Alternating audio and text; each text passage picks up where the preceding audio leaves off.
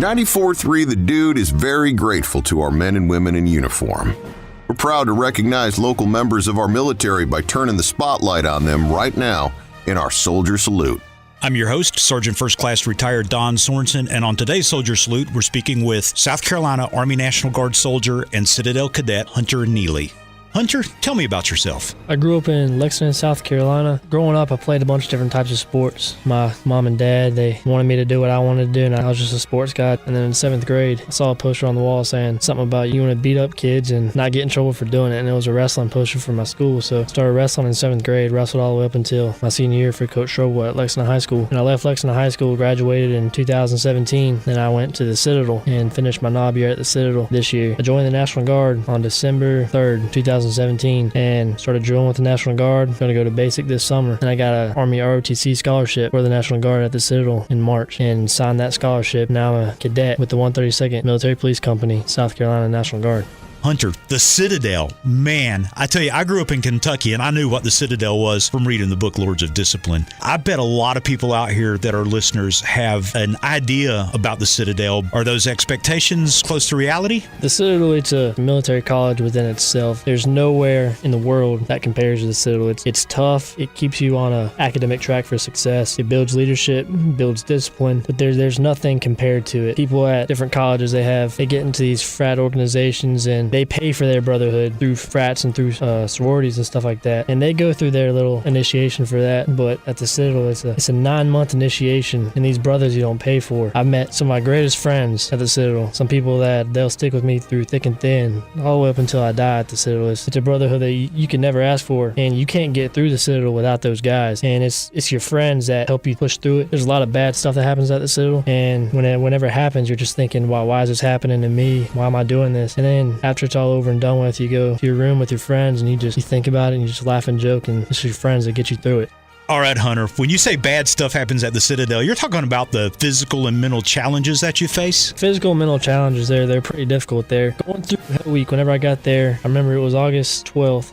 It was about 7 o'clock in the morning.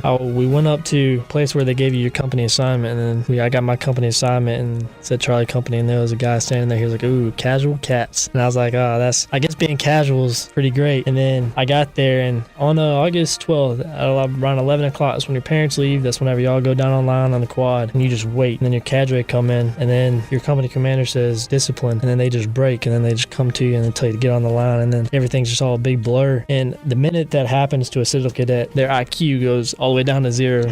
Whenever you're a knob, you have no idea what you're doing. You're dumb. You're just a dumb old knob. But the bad thing about Hell Week is you don't know anyone there, so you're going through it all alone, and that's really challenging because you show up, you shine up, and you shut up. That's the motto, and it's real tough going through it alone. But just the constant yelling in your face, the constant them doing stuff to you, just joking around with you, it was, now that I think about it, it was funny. It was awesome. I'm glad I went through it, but at the time it sucked. It was horrible.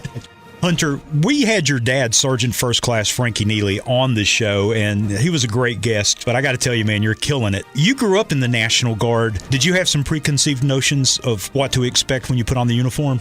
Well, growing up with a dad that was in the Army, it always just fantasized me. He gets to dress up every day as a soldier, and he gets to go in the country every day, and that seemed like a job that I always wanted to do. And then I would always talk to him about it, look into his past, and he would always tell me that he was a Marine before he was in the National Guards, and I always thought that those were the most bad guys in the world. They were amazing. They just kicked butt. And then as I grew up, I still felt that for the Marines, but my dad was in the Guard, and he provided great for our family, and his life was, he liked his job. He had fun with it. And growing up, I always wanted to join the military, and just seeing him do it, and then knowing about the Citadel, I was like, this is my chance just to prove myself to my country, to give back to my country what my country's given to me through my dad and through all the freedoms that I have. And just growing up in the military, you grow up with a very great respect for the military and everyone who wears a uniform, because you know what they go through, you know what they put their lives on the line for you, and people kind of just goes over people's heads a lot, but it never really went over my head. Growing up doing that really just put a respect in my heart for the military, and I always wanted to be in the military, just resembling after my dad.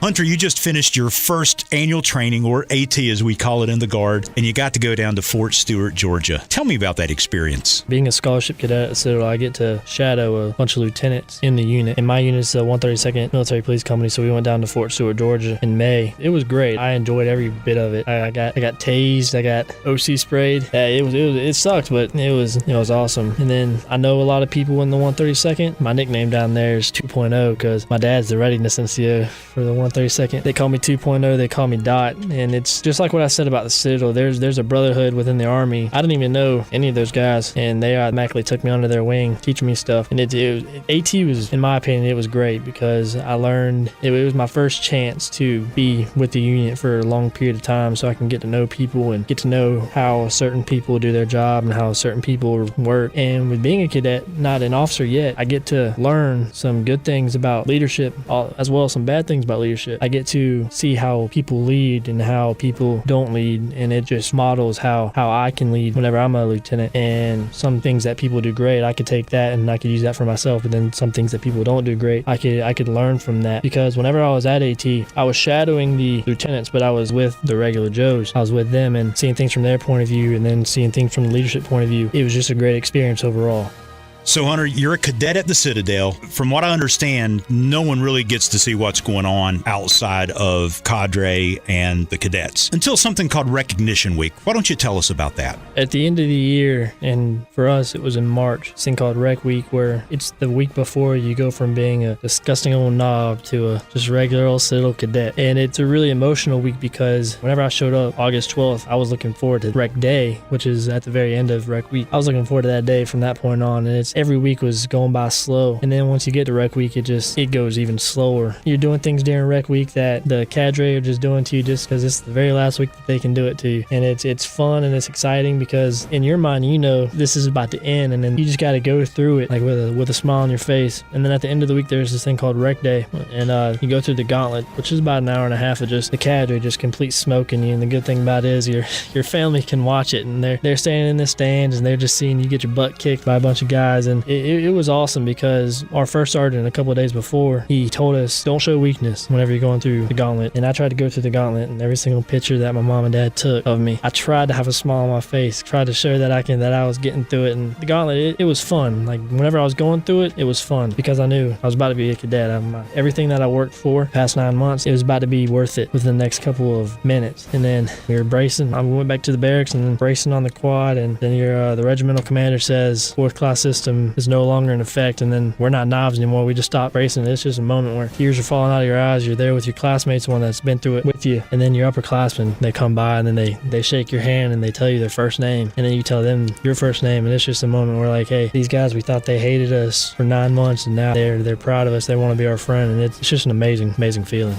Hunter, having this opportunity to sit down and talk to you, you're an amazing young man. I think that a lot of today's youth could learn from you. What advice do you have to that young person out there getting ready to graduate high school and enter the big bad world? I believe anyone who wants a challenge in life, go to the Citadel, apply for the Citadel. And there's no greater challenge than being mentally, physically, and emotionally pushed past your limits, along with going through an academic program with school and keeping your grades up and things like that. It really shows you, and it shows the big world out there that you can take a lot of stuff and that you are a hard worker, that you can get through really tough situations, and you're great at multitasking. Anyone who's about to graduate high school wants to go into the military, I tell them to go into the military, serve their country. It's a great opportunity. There's no other gift that you can give to your country besides going and serving. And if you want to go to the Citadel, you can get a scholarship through the Citadel with any of the armed force branches, and you can join through the Citadel and serve your country. And it's just a great opportunity and great way to start your life. Thanks for joining us in our Soldier Salute, presented by Little Pig's Barbecue.